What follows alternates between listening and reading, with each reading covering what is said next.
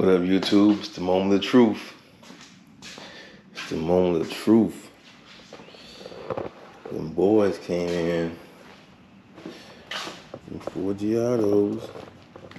See what's going on over here, man. I gotta get my razor blade.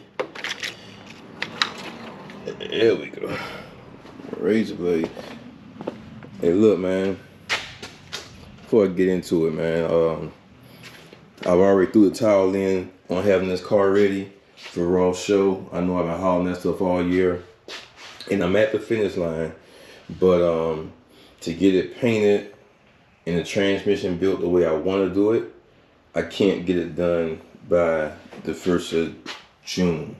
So, and I want to get the car done right. I got a guy that'll build the transmission, but he's not gonna build a performance transmission, and I don't want to half-ass do the car. And I got some other things I want to do to the car. Since I'm not going to put it in the show, I got some other things I want to do. Still up in the air about swapping out the dash for a digital dash before I finish everything else. So I might do that. That's an option. But I'm definitely going to put my system in, push button, radio. I think the only two things I probably won't do. I know for sure I'm not gonna do the box enclosure for my speakers. I know I'm not gonna do that. Cause I want to do a custom enclosure. I saw another guy with a Grand National. He had a little situation for his car, and I think I'm gonna do something similar to that. And I'm gonna do that later. And I might just go ahead and do the digital dash later, because everything else in here is done except for the radio. So I got the tighten that up. And I'm gonna put in my, my tracker, my push start, and all that good stuff, man. You know what I mean? And only thing I got to do up under here is change out the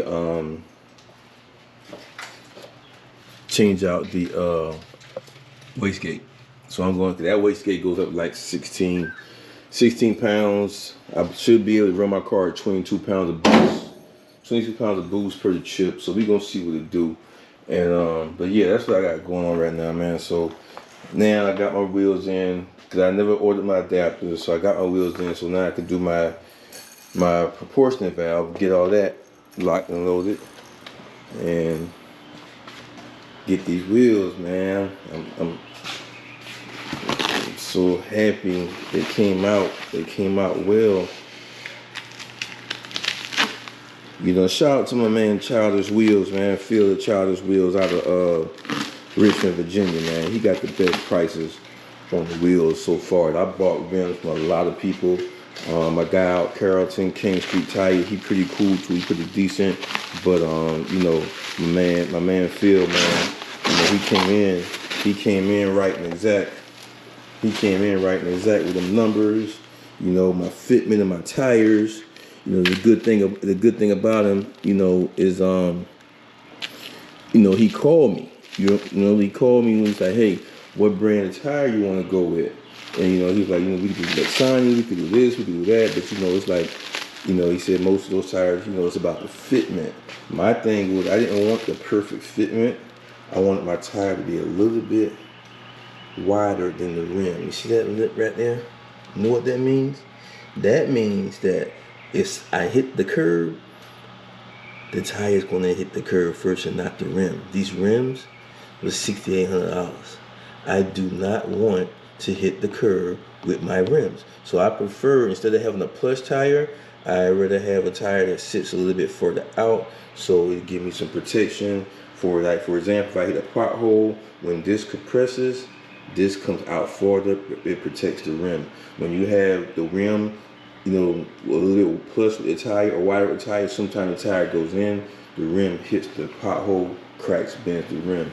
So that's the look I was going for, because and it's still clean. It might not look as plush as a Lexani or the perfect fitment, but what it does is offer protection for the rim, and these rims are very, very, very expensive.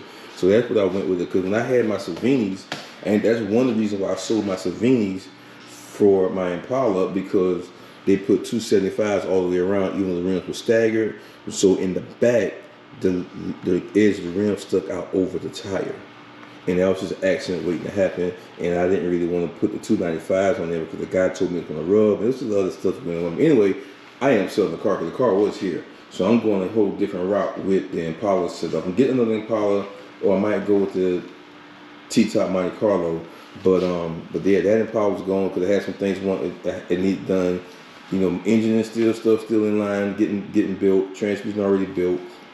But I could put that in the MC or the SS Impala. But I want to go a different route with the car.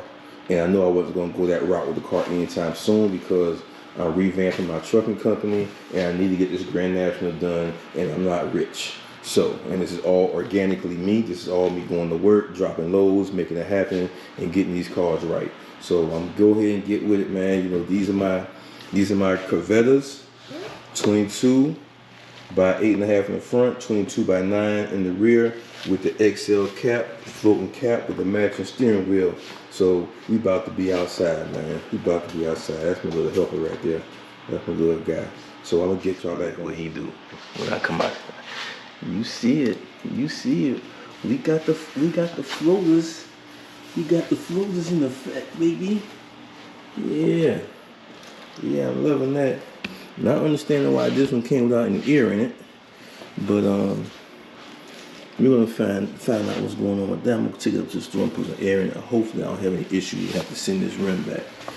But I'm hoping it was an oversight, but we'll see in a minute. We'll put the air in there after I get everything lined up.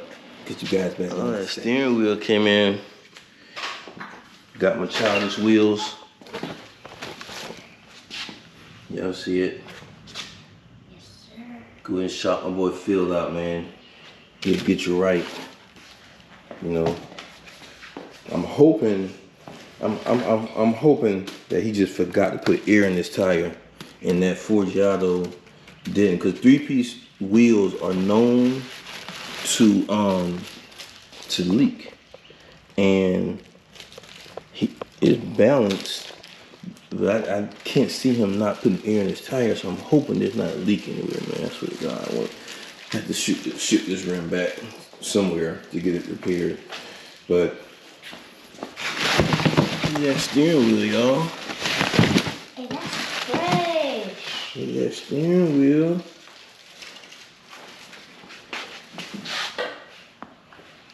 Oh my. Yeah, steering wheel to match.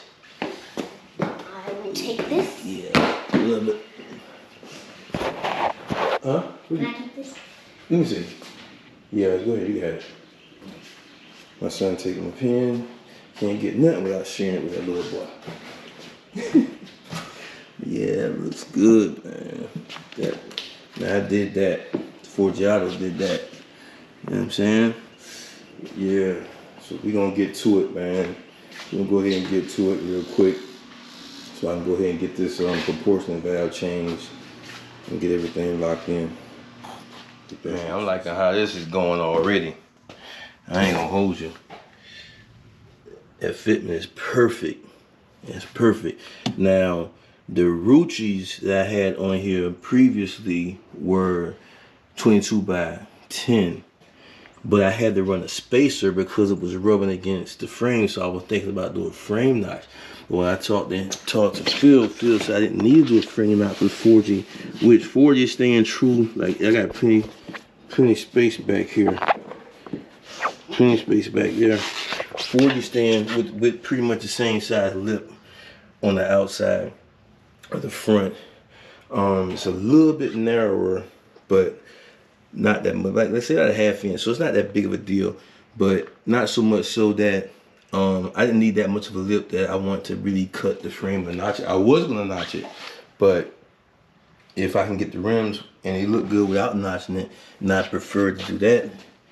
And this came out pretty damn good already.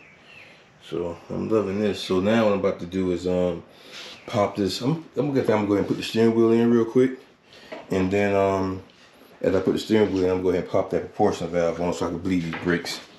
And then after I bleed the brakes, I might take the OG in for a spin, or maybe not, because I got that oil leak. That rear seal is, I think that rear seal is done. Yeah, so anyway, but yeah, we're gonna go ahead and get that proportion valve and get the base bled though. Bled. And that steering wheel put in. Yeah, I'll turn you guys back on. Got that steering wheel in. What's looking spliffy in here. I'm gonna give y'all a little view with the plastic off the seats in a minute. But the to get that thing right in exact. Get that thing right in exact. Now pop the proportional valve in. So I get that brake light off so I can go ahead and bleed my brakes. So when you put in your proportional valve and you get ready to bleed your brakes, you want to put this in there. Because what happens when you bleed the brakes, it'll trip the proportional valve again and it'll shift to one side and you have to do this whole thing all over again. So this here is this is the safety switch, right? That goes to the line that tells the brake light to come on in the car. So usually you can just twist them out, but I can't twist that one out, so I'm gonna have to get a pair of pliers or something and put that piece back in before I get ready to put it in and bleed the brakes. And then once I bleed the brakes, then you take that off, you take this out. Once you bleed the brakes, you take this out and put that back in and it'll be good. There you have it. The sensor, see this and that.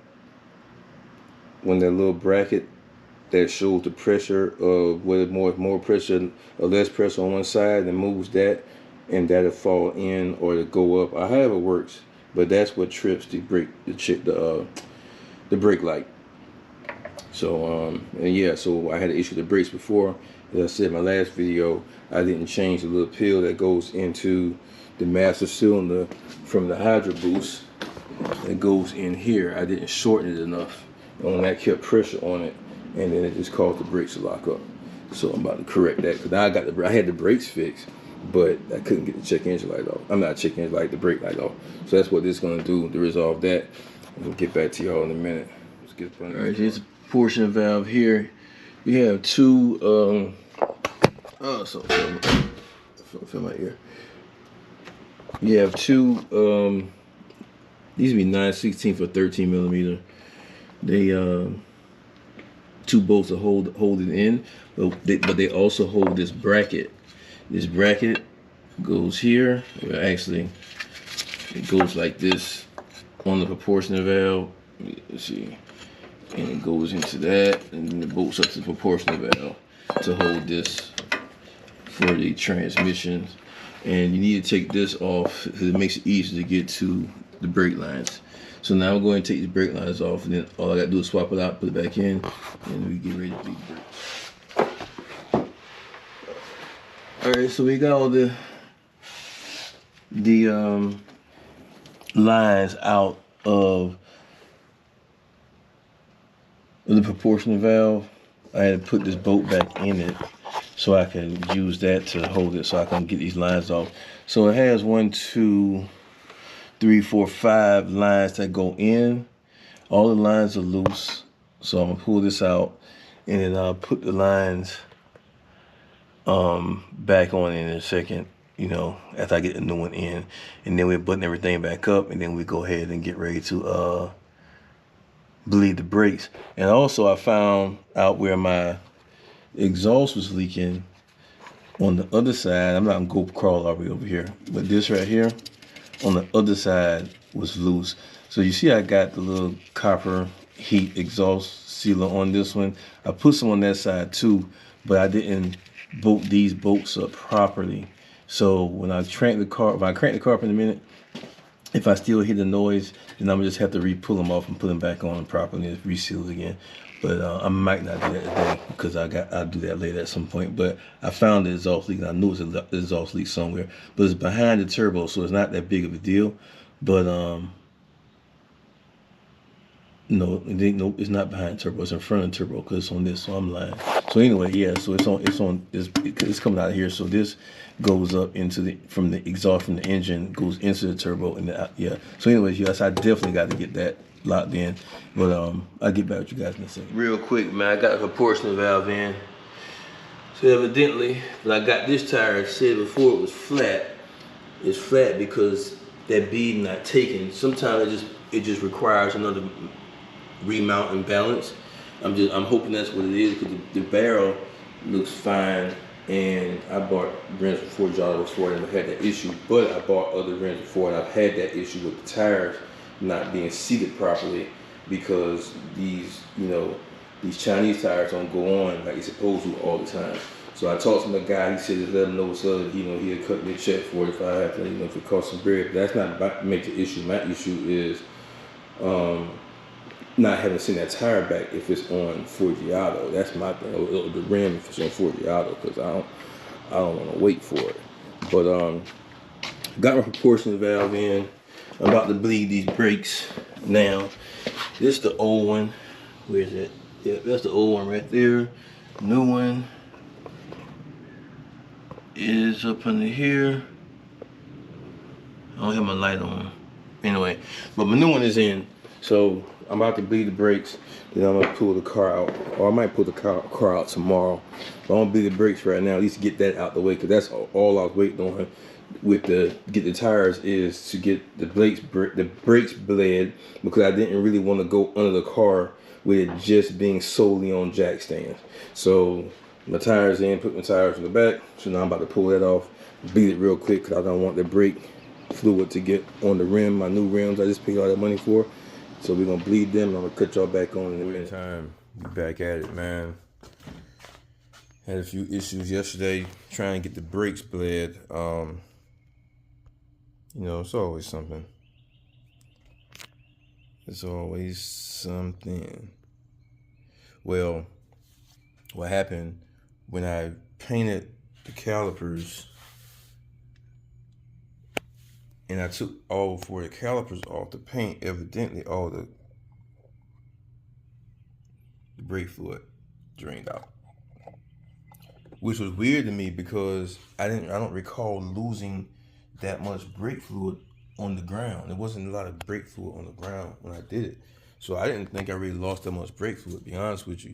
So I'm trying to bleed the brakes yesterday. Brakes won't bleed. So I said, you know what, let me look in the master cylinder and see what the reservoir looks like. Open this up. Nothing in it. Now, the big deal about that is now I have to pull this master cylinder off and bench bleed it. It's just a pain in the butt. I mean, I could do it on the car, but it's better to do it off of the car.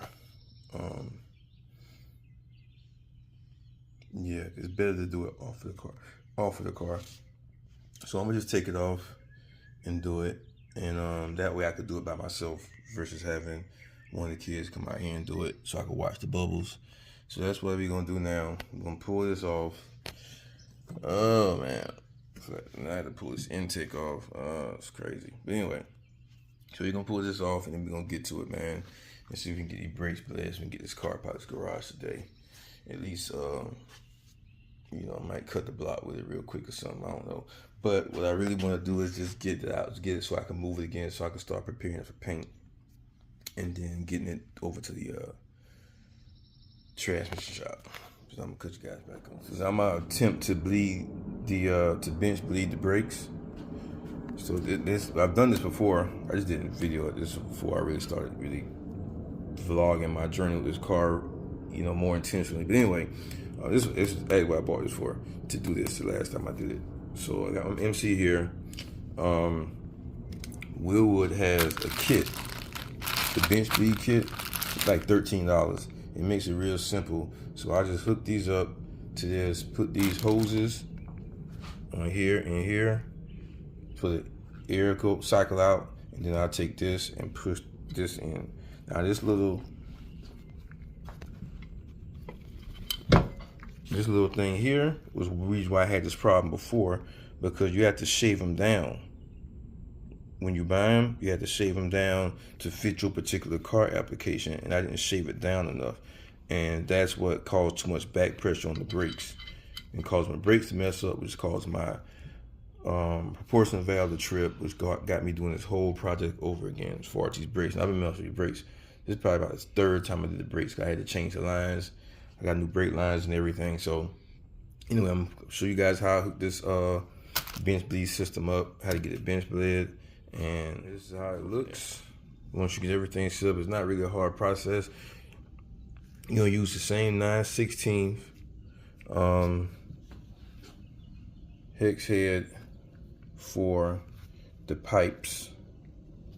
It's another name they call it, but that's not the name that Harbor Freight puts on the tools. But it's for the pipes. This allows you to stick that in the pipe. So when you're doing brake lines and stuff like that, this is a better type tool to do that. You just get the right size. But anyway, it takes a 9/16, and with this kit, you get different fittings, but you're gonna use the black one for the Wheelwood MC. Now I'll pour my brake fluid in, and once I pour my brake fluid in, I'll start pushing this in with my screwdriver to get the air out.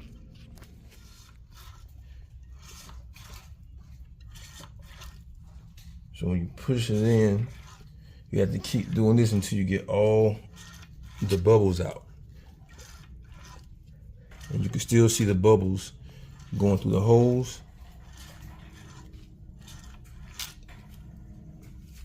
Make sure your hoses stay in the brake fluid, because if you get any air back in, you have to do all this all over again.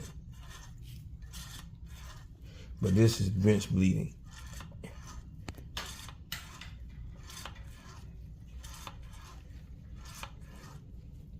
You can still see air bubbles going through, but it's not as much as it was when I first started.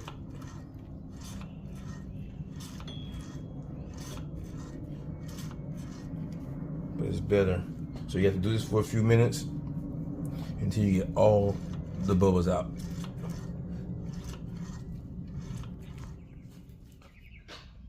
See, I got the air bubbles out. It's a little bit of fine ones in this line, but I believe that's how it was the last time I did it. All of them came out this side. So a little bit of fine ones in this line. You can really see. But I'm gonna push it a few more times, and then I'm going to reinstall it back in the car. It's the Wheelwood master cylinder bleed beater kit. This is the part number. Comes with it. Pretty simple process, easy. Or you could do it. You really could do it on the car. I just prefer to do it like that, so I can see what I'm doing, and I can pretty much do it by myself. When I do it like that on the car, you're gonna need somebody in it to watch, to push the brakes, and when you watch the bubbles. So I got it in 9/16 here. Fill back up with .3 brake fluid.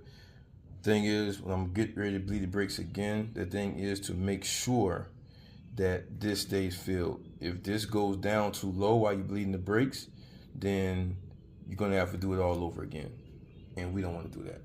So I'm gonna go ahead and start bleeding the system, and hopefully we have some brakes. I had to bench bleed it again. When I benched it on when I took the MC off, evidently I didn't get all the air out.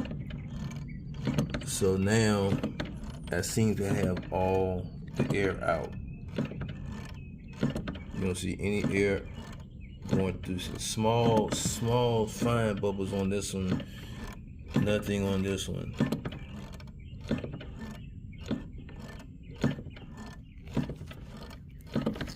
So we're gonna yeah, just making sure. All right, you can stop. So I'm gonna just sit for a minute. I'm gonna do it again, and then I'm gonna attempt to bleed the brakes again, because I'm getting fluid through the nozzle, but I'm not getting pressure. It's not creating pressure. So I went in and bleeded again to see if that would resolve. And like when I put these back on, it was a rack of air went through it again. So I don't know what happened, but hopefully this will resolve it, and we can get back to trying to bleed the brakes. There it is, people. The Grand National mounted up. I didn't put the caps on because I'll be pulling these wheels back off. This one was the one that had the leak. It's not leaking today. The air pressure is still up, but I'm still gonna have it remounted because it was leaking yesterday. I'll see how, but that was just yesterday, so we're gonna see how long, because from the time he mounted to the time I got the wheels, it was about a couple of days, so we're gonna see. And I found out what that culprit is, which is very, very disappointing. I thought it was a rear seal, but I figured out what it was. I thought I'd fixed that problem, but I'm gonna have to go back to that again. Man, this car is looking good, even without the caps, even without it even being painted or any of that stuff.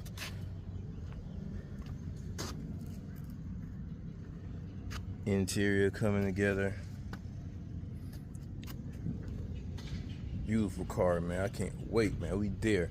But yeah, so what happened is that little line back there, that drain line from the turbo, is leaking. So it looks like it's leaking on the top. I don't want to touch it, but I think it's still hot back there. But it looks like it's leaking from the top. It could also be leaking from the bottom. So the problem is I'm gonna have to pull all this stuff back out, bro. That's the problem. I'm gonna have to pull all this out. So that's like a 2-day job to pull all this stuff. 'Cause I gotta move on, take the turbo off, intake, down pipe. I might have to take the down pipe off. I might be able to get around that, but I'm at least gonna have to do that wastegate. So I might as well go ahead and order the other wastegate out from order anyway, the heavy duty wastegate, because that wastegate is, I believe it's up to 18 psi or 16 psi, but 16 pounds, whatever. But the car can go up to 22 pounds since it's on E85. But yeah, so see it right there, it seems like it's leaking, but I don't see any oil draining down on the intake. So I'm trying to see. I don't see any oil draining down the intake, but it's definitely oil coming out of there. It's definitely oil coming out of there. So anyway, well, we know where the oil is coming from. I know exactly what it is, so that's not really a problem. It's just I don't feel like doing all that today. Well, I'm definitely not gonna do it today because I'm going to work tomorrow. But the main purpose was getting the car back on ready to rock and roll, getting the brakes bled. Once I redid the master cylinder again. I rebed the master cylinder again with it on the car. That did the trick. Everything got back like it's supposed to get back to. So brakes is good. Now we just got to deal with that. But it's always something with these Grand Nationals, man. These Grand Nationals are so daggone finicky. I don't even understand. But I kind of get why guys LS swap them, because they're just so tedious, man. It's just so tedious. But I'm gonna keep the 6 in this one. I don't know what I'm gonna do going forward with the 6.0 I got. Thinking about another. I know I'm getting another Impala. I know that for a fact. But I'm thinking about also a T-top Monte Carlo. So anyway, you guys know what it is, man. I'm gonna go ahead and put the car back in the garage, back in the back cave. We know what's going on with it now. So we still there. You know, we got the rims mounted. Man, she look good. Just sitting like that, man. It's crazy how a set of rims could just change the whole look of a vehicle. It's crazy. You know, even from the Ruchis I had on it before to these, this is the ride I should have went the first time with the black face, chrome lip. But I was just trying to be different. But this really set it off, man. This really set it off. So I'm excited. Get the transmission done. We'll fix the oil leak, get the transmission done, and get paint, and we good to go, man. Then all we gotta do is put that music in there, clean up this interior because it's dusty. It's clean, but it's dusty. you know, we gonna get back at it. Y'all already know what to do, man. Like, share, and subscribe. Appreciate you guys for rocking with me from day one. You know, y'all been outside with me, and I love the supports. You know, the G-Body community, the Grand National community, they don't hit as hard as that Impala community, but that Impala community, I got something coming back for y'all. Y'all Grand National guys, y'all stay in tune, because we going to be outside this summer with the car. Holla at your boy.